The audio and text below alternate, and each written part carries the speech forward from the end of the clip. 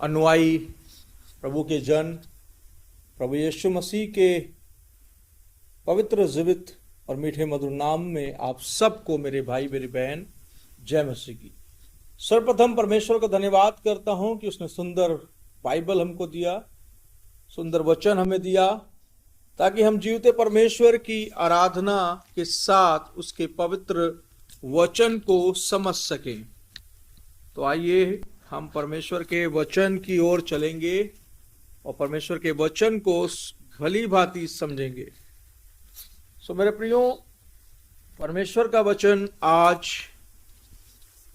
आपके जीवन में बहुतायत की आशीष लाएगा, मैं विश्वास करता हूं। आइए समय न गंवाते हुए, ताकि वीडियो शॉर्ट रहे, मैसेजेस शॉर्ट रहें, प्रभु का वचन आपके जीवनों में अधिकाई से बसने पाए। सो एक बार फिर से जय मसीह की। आइए पढ़ेंगे मरकुस की किताब अध्याय 5 वचन 1 से। Mark chapter 5 verse number 1 we will read together. If you have Bible in your phone, you can open your Bible in your phone. If you have Hindi Bible at your table, at your almari, and wherever, you can open your holy books and you can connect with me, my dear friend. Because today I will explain the greatest things in these most holy verses of God. Hallelujah. आइए हम हिंदी में पढ़ेंगे, क्योंकि भारतवासी हैं, Hindi proper आनी चाहिए। अंग्रेजी कुछ जगहों पर ठीक है, मैं मानता हूं, लेकिन हम चाहते हैं कि हम हिंदी में पढ़ेंगे। आइए हम लोग वचन से पढ़ेंगे। वे झील के पार गरसेनियों के देश में पहुंचे। वे कौन? वे यीशु और उसके चेले। जब वह नाव पर से उतरा, यहां पर हिंदी बाइबल में लिखा है जब वह मतलब यीशु मसीह जब वो नाव से उतरा, तो तुरंत एक मनुष्य, लिखा है एक मनुष्य जिसमें अशुद्ध आत्मा थी। अशुद्ध आत्मा, बाइबल एक वर्ड यूज करती है, यानी अशुद्ध मतलब unholy spirit, not a Holi, evil spirit उसके अंदर थी, अशुद्ध आत्मा थी उस मनुष्य के अंदर। कब्रों में से निकलकर उसे मिला। वह कब्रों में रहा करता था। वो रहने का स्थान उसका क्या था? कब्र में। कब्रों में ही रहता था। कब्रों में, कब्रिस्तान में ये कह लीजिए घूमा करता था, और उसे वो मिला और वह कब्रों में रहा करता था, और कोई उसे साकलों से भी ना बांध सकता था।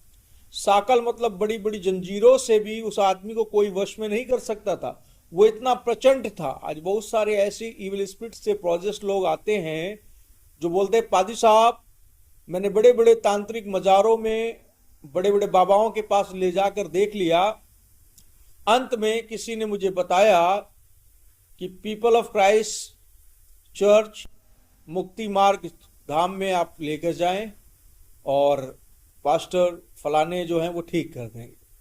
ऐसा मेरे बारे में किसी ने बताया, और वास्तव में ऐसा ही हुआ कि जो भी उनके घर जाता था वो इतना प्रचंड ईवल था कि वो उनको मारकर भगाता था। परंतु जब मेरे दोस्त ने बहुत निवेदन किया तो मैंने कहा ठीक है भाई, तेरा दोस्त है तो मेरा भी दोस्त है, मैं तुझे मानता हूं और उससे भी मानता हूं। और हुआ क्या कि मैं गया, मैंने जैसे ही उस कमरे में कदम रखा वो चीखने और चिल्लाने लगा, बिकॉज ही नोज अनॉइंटिंग। हम शायद अनॉइंटिंग को नहीं जानते, लेकिन आत्मिक संसार की बुरी शक्तियां उस अनॉइंटिंग को भली भांति समझती हैं, जो प्रभु यीशु के ऊपर था और जो उसके दासों के ऊपर है। सो मेरे प्रियो, लिखा है कोई भी उसे वश में नहीं कर सकता था, साकलों से नहीं बांध सकता था, क्योंकि होता क्या था, जो भी बांधता था वो बार बार बेड़ियों को, साकलों को तोड़ देता था। वचन 4 में लिखा है बार बार तोड़ देता था। ठीक है, अगर आप बाइबल खोले हैं तो गौर कीजिएगा, 5 के 5 में देखेंगे वो लगातार रात दिन कब्रों और पहाड़ों में चिल्लाता और अपने को, पहले तो चिल्लाता रहता था, लोगों को सोने नहीं देता था, आसपास जो लोग थे वो भी नहीं सो पाते थे। ठीक है, और वो अपने आप को पत्थर से घायल करता था, हमेशा उसका लहू बहता था, क्योंकि जो ईविल चीजें थी वो उसके लहू को चाहती थी और वो उसके अंदर थी और वो अपना लहू बहाता था, उन्हें देता था, यूं कह लीजिए। आज सीक्रेट चीज बता रहा हूं कि जो हाई पावर हाईएस्ट एंटिटीज हैं, वो यदि किसी को ग्रसित करती हैं तो वो उसके अंदर आकर उससे लहू और उसकी प्राण की डिमांड करती हैं। वो केवल उनके साथ टाइम पास करने नहीं आते। कभी भी आप देखिए चर्चेस के अंदर इविल पावर बोलते हैं, मैं इसे ले जाऊंगा, मैं इसे मारूंगा, मैं सतलोक ले जाऊंगा, मैं नरक ले जाऊंगा, मैं भेजा गया हूं। कईयों को तो तांत्रिक भेजते हैं, तंत्र मंत्र से, कई शैतान द्वारा भेजे जाते हैं कि उस घर का ऐसा ऐसा हो, क्योंकि वो मसीह तो होते हैं परंतु मजबूत मसीह नहीं होते हैं। उसी तरह ये व्यक्ति था और ये पहाड़ों में रहा करता था, अपने आप को पत्थरों से घायल करता था। 6 पद कहता, उसने दूर से ही यीशु को देखा, पास नहीं देखा, दूर से 2, 4, 5 किलोमीटर दूरी से देख लिया उसने। हालांकि इतनी दूर से तो कोई दिखाई नहीं देगा, लेकिन ये स्पिरिट है। हो सकता है उसने यीशु मसीह को 1 किलोमीटर दूरी पर देख लिया हो, और उसने दूर से ही देखा और इतनी जोर से दौड़ के गया, और उसने वचन में लिखा है प्रणाम किया। प्रणाम इंग्लिश बाइबल कहता है he worshipped Jesus, he worshipped Jesus. बहुत लोग कहते हैं ना कि यीशु ने कहा कि, मैंने अपने पिछले वीडियो में बताया कि जाकिर नायक कहते हैं कि यीशु ने कहा कि वो परमेश्वर है। Where Jesus said I am God and worship me, वो इनका एक ही टाइटल है। यहां पर वो हम दिखा सकते हैं कि वो एक इविल प्रोजेक्ट व्यक्ति ने यीशु की आराधना करी। आराधना के योग कौन है? इबादत के योग केवल एकमात्र जिंदा सच्चा यहोवा एलोहीम अदोनाई ही अकेला परमेश्वर है जो महान है, आराधना के योग्य है, कोई और नहीं है बड़ाई और आराधना की योग्य। उसने यीशु की आराधना किया, यीशु को प्रणाम किया। हिंदी बाइबल कहती प्रणाम किया। प्रणाम में और वर्शिप में बहुत अंतर है, लेकिन किंग जेम्स वर्जन में अगर आप पढ़ोगे तो लिखा है he worshipped Jesus and bow down. उसने नील डाउन किया और ऊंचे शब्द से चिल्लाकर कहा कि हे यीशु परम प्रधान परमेश्वर के पुत्र, तुझसे मुझे क्या काम, मैं तुझे परमेश्वर की शपथ देता हूं। उसने पहले ही यीशु मसीह को मैनेज कर लिया। उसको पता था, बहुत चालाक दुष्ट आत्माएं थी, उनको पता था कि ये मुझे तकलीफ देगा। उसने कहा मैं तुम्हें पहले ही शपथ देता हूं, क्योंकि उसको पता था कि ये किसी और के नाम से नहीं रुकेगा, ये स्वयं अपने पिता परमेश्वर के नाम से रुकेगा। उसने यीशु मसीह को शपथ दे दी कि तू मुझे अगर निकालना ही चाहता है, क्योंकि उन्हें पता है कि यीशु किसी भी मनुष्य को प्रोजेस्ट नहीं देख सकता। आज भी कोई यदि प्रोजेस्ट है तो वो किसी न किसी कारण से प्रोजेस्ट है। मसीह होकर के मैं एक बहन को जानता हूं जिसको कई बार मैंने डिलीवर किया, कई बार मैंने छुटकारा दिलाया उस उन्नाव शहर के अंदर, परंतु वो फिर से प्रोजेस्ट हो जाती। जब दोबारा वो स्पिरिट आई, मैंने पूछा कि तू बार बार इसके ऊपर क्यों आता है? जब तुझे इतनी तकलीफ हम देते हैं, जब इतनी समस्या होती है तुझे आराधना से, गीतों से, वचन से, तो तू क्यों पकड़ता है? उसने कहा तुम तो निकाल के चले जाते हो, परंतु इस महिला का जीवन बहुत गंदा है। मैंने कहा किस प्रकार से गंदा है? उसने कहा ये अधिक से अधिक झूठ का सहारा लेती है, ये अधिक से अधिक कामों में लिप्त है और बुराइयों में है। मेरे प्रियो, मैं बिल्कुल सन्न रह गया, क्योंकि जब एक दुष्ट आत्मा किसी से निकलती है तो यीशु मसीह ने कहा वो 7 को लेकर दोबारा आती है यदि वो अपने जीवन को बदलाव में नहीं लाता। अभी उसने अपने घर को वचन से नहीं भरा, उसका हृदय खाली है, सांसारिक बातों में है, दुनियादारी में है, और बोलता है मैं मसीह की हूं। बस मुंह से जय मसीह की बोलने से कोई मसीह नहीं होता। इस बात को इस वचन में समझे मेरे दोस्तों। उसने यीशु मसीह को क्या किया? कॉपरेट कर लिया। उसने कहा निकालना तो चाहता है तू, निकाल ले, लेकिन मुझे पीड़ा ना देना। 8 पद में लिखा है क्योंकि उसने उनसे कहा था, पहले ही प्रभु ने कहा था अशुद्ध आत्मा मनुष्य में से निकला। उसने पहले ही कमांड दे दिया था, दूर से देखते ही यीशु ने कमांड दे दिया था कि इसे लीव इट। उसने दूर से ही बोल दिया था leave him and out from this young man. वो एक जवान व्यक्ति था, तो उसने पहले ही यीशु मसीह को कॉपरेट किया। और उसने 9 पद में कहा कि यीशु ने पूछा क्या नाम है तेरा? क्योंकि देखिए हर एक एटेंटीज का नाम होता है, हर एक पिशाच का, हर एक भूत प्रेत का नाम होता है, हर दुष्ट आत्मा का कोई ना कोई नाम जरूर होता है। उसने नाम पूछा यीशु तो सब जानते हैं, लेकिन उन्होंने पूछा कि क्या नाम है तेरा, और उन्होंने कहा कि हम तो सेना हैं। क्योंकि एक नाम तो क्या बताएं, वो तो 1000, 2000, 3000, पलटन में कितने लोग होते हैं, 1000, 2000 लोगों की सेना होती है। उन्होंने कहा क्योंकि हम बहुत हैं, हमारा नाम सेना है।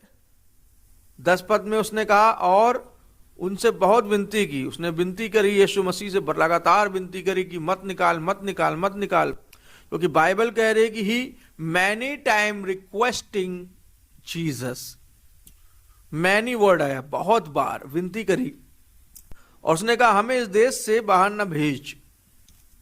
क्योंकि यीशु मसीह उन्हें कहीं भी भेज सकता था, उसके पास अधिकार है। 11 पद में वहां लिखा है, वहां पहाड़ पर सूरों का एक बड़ा झुंड चल रहा था। दुष्ट आत्माओं को पता है कि पहाड़ पर क्या हो रहा है, वो आसपास की दूर दूर की चीजें देख सकते थे, उनकी आंखें इतनी दूर तक काम करती थी। उन्होंने कहा कि हम विनती करते हैं कि पहाड़ पर सूरों का झुंड चल रहा है, हमें उन सूरों के अंदर भेज दे। वाह रे वाह, इसी को तो बोलते हैं जो जानवरों में भी घुस जाए, इंसानों में घुस जाए, उसी को तो डीमंस और पिशाच बोलते हैं। ये मनुष्य की आत्मा के अंदर वो पावर नहीं होता, वो या तो करके तंत्र मंत्र द्वारा बांधकर किसी के अंदर डाला जाएगा, या तो खिलाया पिलाया जाएगा। लेकिन डीमंस के पास ऐसी अथॉरिटी मनुष्य के ऊपर है कि वो किसी को भी पॉजेस कर सकता है, यदि वो यीशु मसीह में नहीं है तो। दूसरा, यीशु में है तो बुराई से, डीमंस वर्क से अलग रहे, और परमेश्वर का अभिषेक पाने के लिए, अन्य भाषा पाने के लिए दिन रात उसकी भक्ति में लीन रहे। यही सोल्यूशन है उसका। 13 पद में लिखा है, अतः उसने उन्हें आज्ञा दी और अशुद्ध आत्मा निकलकर सूरों के भीतर बैठ गई, और झुंड जो कोई 2000 का था कड़ाके पर से झपट कर झील में जा पड़ा। 2000 का झुंड था। हम अंदाजा लगा सकते हैं कि जो उसने कहा कि सेना है, तो वाकई वो सेना 2000 के ऊपर होगी, क्योंकि जो सुअर थे वही पिक्स 2000 के लगभग थे, और 2000 सूअरों का नुकसान वहां पे हो गया। दुष्टात्मा कभी किसी के जीवन में एंटर करेगी या जाएगी तो नुकसान करेगी, आएगी तो नुकसान करेगी। उनका काम है नाश करना। प्रभु यीशु मसीह ने कहा, चोर चोरी करने, घात करने, हत्या करने आता है, मैं इसलिए आया कि तुम जीवन पाओ और बहुतायत का जीवन पाओ। मेरे प्रियो, प्रभु यीशु मसीह हमें जीवन देना चाहता है, लेकिन चोर घात करते हैं, शैतान डीमंस घात करते हैं और लूटते हैं मसीह लोगों को, लूटते हैं उनके शरीरों को, लूटते हैं उनके जीवन को, लूटते हैं उनके फैमिली बैकग्राउंड को, लूटते हैं उनके फाइनेंशियल स्टेटस को। वो चोरी करते हैं। प्रभु यीशु ने उन्हें चोर घोषित किया है। ठीक है। 14 पद में लिखा, उन्हें चरवाहों ने भागकर नगर के गांव में सुसमाचार सुनाया, और जो हुआ था उन्हें बताया। अब लोग जो देख रहे थे वो अचंभा करने लगे, और वो गांव में भाग करके एक दूसरे को बताने लगे, अरे तेरा सूअर जो चल रहा था वो मर गया। और क्या हुआ? 15 पद में, यीशु के पास आकर उनको, जिसमें दुष्ट आत्माएं थी, अर्थात जिसमें सेना समाई थी, कपड़े पहने सचेत बैठे देखकर डर गए। वो लोग, गांव के लोग डर गए कि हमने कभी भी इस व्यक्ति को ऐसा देखा ही नहीं, कोई तो उसको कब्जे में कर नहीं पाता था, लेकिन ये आदमी कौन है जिसके सामने वो घुटनों के बल कपड़े पहन कर बैठा है? ऐसा तो नंगा भागता था। अब क्या हो गया कि इस आदमी के पास आते ही वो कपड़े पहनकर आराम से बैठा है। वो जो सूअरों के मालिक थे, जो सूअर चराने के लिए अपने नौकरों को लगाए थे, वो देखकर डर गए। 18 पद में लिखा, जब वह नाव पर चढ़ने लगा, यीशु जब नाव पर चढ़ने लगा, तो वह, जिसमें पहले दुष्ट आत्माएं थी, वही आदमी जो पॉजेस था, वही आदमी जो ग्रसित था, वो यीशु के पास आया, उससे विनती करने लगा। उसने कहा, मुझे अपने साथ रहने दे। वो जान गया यीशु को, उसने यीशु को चख लिया, क्योंकि वो कई सालों से, मेरे भाई मेरी बहन, बहुत दिक्कतों में था, बहुत प्रॉब्लम में था। वो एक जिंदा खुदा को पहचान लिया, क्योंकि उसने हजारों सेनाओं को अपने अंदर ले रखा था, लेकिन ये आसमान और जमीन का बनाने वाला परमेश्वर उसके हृदय में जगह नहीं पा रहा था। लेकिन जब परमेश्वर वाकई उसके हृदय के करीब आया, मेरे भाई मेरी बहन, उसने यीशु को चख लिया, उसने यीशु को पहचान लिया। आज न जाने कितने ऐसे लोग होंगे जो यीशु मसीह को डिलीवरेंस पाने के बाद बहुत प्यार करते होंगे, क्योंकि प्रभु ने कहा जिसका अधिक क्षमा किया गया है वो अधिक प्यार करेगा। ओ मेरे परमेश्वर, तू महान है, जीवित है। आज की शाम में धन्यवाद देता हूँ, इस स्टोरी से बहुत कुछ सीखने को मिलता है कि तू राजाओं का राजा और हाकिमों का हाकिम है। ये बात सत्य है प्रभु। और आखिरी पद हम पढ़ेंगे और प्रभु का महिमा करेंगे। मेरे प्रिय मेरे भाई बहन, 19 पद में लिखा हो, परंतु उसने उन्हें आज्ञा ना दी। यीशु ने उस आदमी को आज्ञा नहीं दी और उसने कहा अपने घर जाकर, उसने कहा पहले घर जाओ, सेवा बाद में करो। आज बहुत से लोग डिलीवर हुए, घर बाद में गया, पहले सेवा में आ गए। पहले प्रभु ने कहा परिवार को देखो, तुम डिलीवर हो गए, तुम आजाद हो गए, छुटकारा पा गए, जाओ पहले परिवार से मिलो। बहुत साल से मिले नहीं, बहुत साल तुमने परिवार को दुख दिया, गाली गलौज किया, बहुत साल तुमने परिवार को मारा पीटा और बुरी बुरी चीजें परिवार के साथ करी, पैसा कौड़ी नहीं दिया, कुछ नहीं दिया, घर के राशन नहीं भराए, मारते रहे पीटते रहे। लेकिन अब जाओ, मेल मिलाप से रहो। और आगे लिखा हुआ है, उसने कहा अपने घर जाकर अपने लोगों को बता और बताओ कि कैसे प्रभु ने मेरे ऊपर दया करी, प्रभु ने तेरे लिए कैसे बड़े काम किए। ये बात प्रभु यीशु मसीह ने उस पॉजेस्ट व्यक्ति को, जिसने छुटकारा पाया था, वो जो कब्रों में रहा करता था, प्रभु यीशु मसीह ने उसे ये बात समझाई कि सेवा बेटा बाद में कर, पहले घर जा, मेरे साथ बाद में आना, पहले तू अपने लोगों को परमेश्वर के काम बता और बाद में मेरे पीछे चलना, बाद में पादरी बनना, बाद में सेवक बनना, बाद में यूट्यूब पर प्रचारक बनना। पहले अपनी कॉलिंग को तो जान ले, तेरी कॉलिंग क्या है। आज बहुत सारे लोग बिना कॉलिंग के काम कर रहे हैं, वो आग से खेल रहे हैं। बहुत सारे लोग चंद चीजों और फायदों के लिए यीशु का नाम लेते हैं, वो आग से खेल रहे हैं, वो कुछ समय बाद भुगतेंगे। ये मैं ओपनली आपको बता रहा हूं, क्योंकि मैंने अपने जीवन में बहुत अनुभव देखा है। जो चंद चीजों के लिए परमेश्वर का नाम, चंद फायदों के लिए परमेश्वर का नाम बार बार लेते हैं। और वचन क्या कहता है 10 आज्ञा में, तू व्यर्थ मेरा नाम ना लेना। वो इस बात को समझ नहीं पा रहे हैं, जब वो समझेंगे तो काफी देर हो जाएगी। आइए 20 पद को पढ़कर हम परमेश्वर की महिमा करें और धन्यवाद करते हैं। वह जाकर दिका पुलिस में, वो एक जगह थी वहां पर दिका, उस जगह पर गया और प्रचार करने लगा। उसने वैसा ही किया जो यीशु मसीह ने किया था उसके साथ। उसने बताया कि यीशु ने मेरे लिए कैसे बड़े बड़े काम किए और सब लोग अचंभा करते थे। जो लोगों ने उसके जीवन को देखा है, आज बहुत से लोग बोलते हैं तुम्हारे जीवन में कुछ बदलाव नहीं है। मेरे भाई मेरी बहन, जो लोगों ने जीवन को देखा है पादरी के, उनके जीवन में एक अलग ही बदलाव है, एक अलग ही रिवाइवल है, क्योंकि लोगों ने उनके जीवनों को देखा है। मेरे जीवन को मेरे रिश्तेदारों ने, मेरे परिवार ने, मेरे रिलेटिव्स ने देखा है। दुनिया का कोई ऐसा नशा नहीं था जो मैंने नहीं किया हो, दुनिया कोई ऐसा पाप नहीं था जो मैंने किया ना हो। मेरे पे बताना चाहता हूं कि मुझे सुधारना आम आदमी के बस की बात नहीं थी। मेरे घर वाले रात रात दुआएं करते थे जब मैं सो जाता था। मेरे प्रिय में बताना चाहता हूं कि मैं कोई पैदाइशी संत नहीं हूं। मुझे प्रभु ने बुलाया, मुझे प्रभु ने चुना, प्रभु ने खड़ा किया। और मैं भक्ति की लाइन से अधिक नफरत करता था, लेकिन परमेश्वर ने मुझे बताया कि कोई राजा है, कोई बाप है, कोई शेरों का शेर है, वरना मैं ही अपने आप को शेर समझता था। खुदावन का धन्यवाद करते हैं कि line of Judah is alive in our lifes. My dear friend, अगर वीडियो से आपके हृदय में परमेश्वर बात कर रहा है, या परमेश्वर ने आपके हृदय को छुआ है, या वाकई परमेश्वर आपके जीवन में कुछ बड़ा करने जा रहा है इस वचन के द्वारा, आपने कुछ सुना, तो उसकी महिमा करें। आप अगर डिलीवर हुए हैं, किस शहर से डिलीवर हुए हैं, कितने साल से हैं, जो लोग चाहते हैं कि वो स्टूडियो में हमारे आकर गवाही दें, प्लीज कमेंट करें, कमेंट करें। हम आपको स्टूडियो में इनवाइट करेंगे, आपका रहना, सोना, खाना पीना सारी व्यवस्था करेंगे, आपको प्रेयर के साथ विदा करेंगे और आप परमेश्वर की महिमा करने पाएंगे। क्योंकि हमने कुछ रूम्स अपने परमेश्वर के दासों के लिए रखे हैं, कुछ हॉल्स हमने रखे हैं मीटिंग्स के लिए, क्योंकि खुदा ने दिया है तो खुदा के कामों के लिए इस्तेमाल हो, मेरा ये मानना है।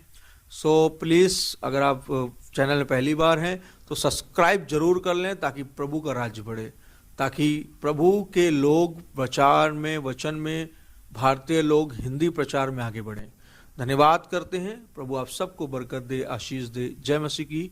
प्रेज द लॉर्ड मेरे भाई।